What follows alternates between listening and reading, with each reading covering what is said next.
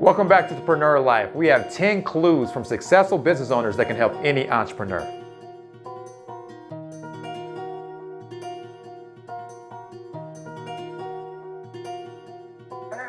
Have you ever heard of the cliche statement that success leaves clues?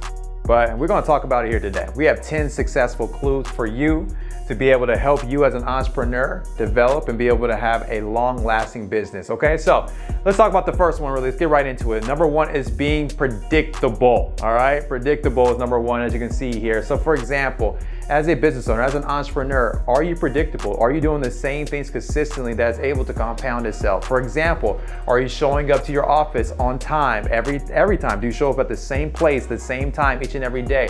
Does your customers know where to meet you at consistently? For example, if you're hungry right now, you want to go to In-N-Out. Maybe you want to go to another restaurant like McDonald's, or maybe you want to go to a higher restaurant like Fleming's, whatever it may be. Do you know what the hours of operations are, right? You expect them to be what? Predictable in how they operate. Well, guess what? Your customer expects you to be predictable as well. How about Monday Night Football? You know, football season is back and I'm excited for it as well. But what if you turn on Monday Night Football at 7 o'clock and there was no one playing? Wouldn't it be kind of weird? Because that's not predictable. Can you expect you trying to show up to a restaurant and you're expecting to get food, but then you don't even know their hours of operation? You would expect them to be able to show up at the same place each and every time to provide what? Something that you want. Don't worry, your customer is expecting the same thing from you as well. So be predictable in how you operate your business, and especially you as the leader as well, because people are watching. Number two, investing money. Your hard-earned money, your equity into what they believe in. Okay, this is such a big one. Why? Because you have materials that you need to acquire in the business. You have staff, you have technology. Are you willing to invest, right?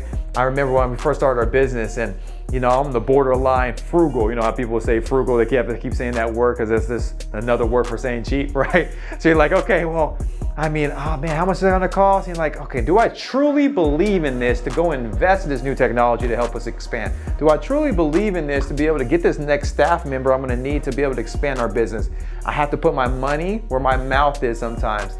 And then you have to do the same thing as well if you truly believe in, again, what your business can actually operate. And it kind of reminds me of a story in the Bible where Abraham, like, he had to sacrifice his son. Like, that's what God told him to do. This was in Genesis, 22, 1 through 18, where you can read that Bible right now, the book of Facts, and it actually states where he was about to literally sacrifice his son Isaac, because that's what God told him to do. He says, do you really believe in what the purpose is? And he was able to do it. I don't know if I could do that as a father. I have a son. I don't know if I would be able to do that. I don't know if I believe so much in that. That's called strong faith. But is your faith so strong that you're willing to even give up your first son? That's how strong you have to believe to be successful in business. Let's keep going. Number three is ownership.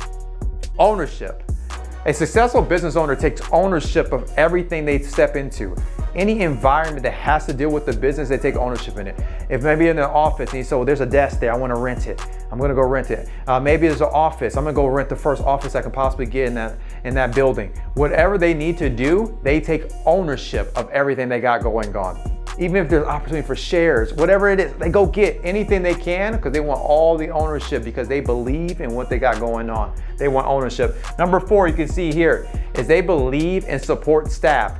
I come from an athletic background. I used to play basketball, and we believe in offense and defense. And you have to have defense in this game. And when you talk about entrepreneurship, why? Because there is blind spots. There is people that you need to have your back, because you can't always have your own back.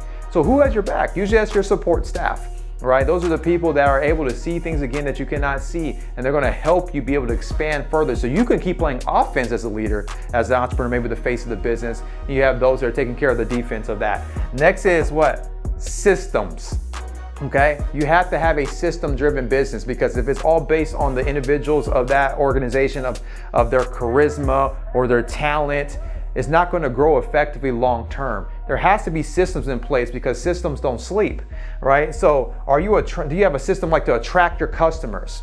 All right. Do you have a system for follow-up? Do you have a system for like your current clientele? You know, how to handle them gifts and everything else within it. You should be putting systems around every department and everything that you want to grow effectively. Not just goals, but systems.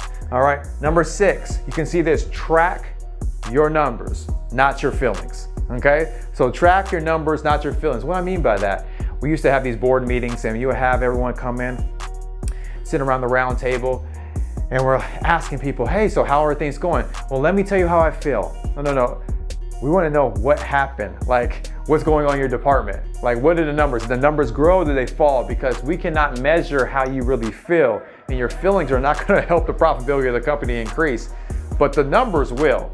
So you want to look at things that you can measure. We cannot measure how you feel today. Your feelings mean nothing in regards to the measurement of the profitability and the growth of the firm. So look at the numbers, again, not the feelings.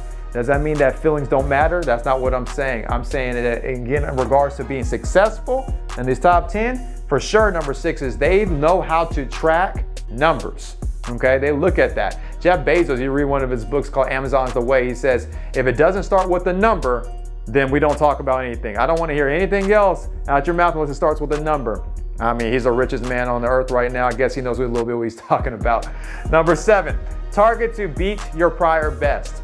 Okay, targets to beat your prior best. So anytime you have targets for your departments, targets for your organization, quarterly, monthly, even on a daily basis, you want to look at, okay, what did we do prior? What did we do prior? How can we beat that? If we consistently keep increasing, I know with my organization, one thing we keep talking about is, can we just increase 1% daily? Can we just increase 1% daily? If we consistently keep doing that 1% daily, every day I wake up, how can I make sure that my today was better than my yesterday? Because if I keep focusing on my today being better than my yesterday, my tomorrow will eventually be better than that, and it will consistently keep increasing. My tomorrows will eventually be a lot better than any of my yesterdays. So make sure that you are focused and actually are tracking, again, your prior best, so you know what to beat. So you can have everyone in your organization know what they should beat as well. So they have their mindset of always growing, progressing, developing. Another point is 8. Are you a risk taker? Are you a risk taker? I heard a very successful entrepreneur say, pity the entrepreneur that doesn't believe in their product enough to push the envelope. Pity them. Why? Because you don't believe in it enough to make sure that you can take a risk for it, that you can go all in. Are you willing to go all in? That's the real thing right here. That actually reminds me of Genesis right here, 12:1-5, where Abraham was told from God to leave his comfort, leave his country, leave his family, leave everything. He's going to take him to a land that he's promised for him. Are you ready for that? That's a big risk to leave your comfort. Maybe that's, in this scenario, that can be you leaving your job. You know, that could be you doing a lot of different things. Is that risk, especially for those that are transitioning in times like this right now? They're looking at, what is my exit strategy right now? You know, you have that passion in your heart to become something, like God gave you a purpose, and you know, like you're supposed to go create that, because the only reason why you're breathing is because you're a solution to the world in that manner. And you're like, okay, I know I'm supposed to create that business. I know I'm supposed to go help this community. I'm supposed to do this thing, but it's a big risk. There's a lot of sacrifice it takes in it. The real key is, do you believe in it enough to take that risk, to see that reward? Number 9, everything has a purpose. Everything has a purpose. That brings it back to Romans 8:28. It's going to pop on the screen right now, but everything has a purpose. And that reminds me of the verse that all things will work out for my good, for those that love God and are called according to his purpose. So if his purpose is aligned to my purpose, his purpose first, then therefore what's going to happen to me is that everything I'm doing is going to be purpose driven. So do not do anything aimless. Do not be in your department being aimless. There should always be a target. There should always be something moving forward. What is next? What is next? What is your next move effectively? Because why? You're purpose driven. Number 10, progress is a patient process. Okay. Process, again, is a patient process. So be patient with the progress, but still aggressively enough moving forward. And you know, I love this, right? Because one of the things that on here I was thinking about is, you know, when I was back in school, I used to listen to this CD, and it was from this guy, 50 Cent. He says, get rich or die trying, right? Get rich or die trying, right?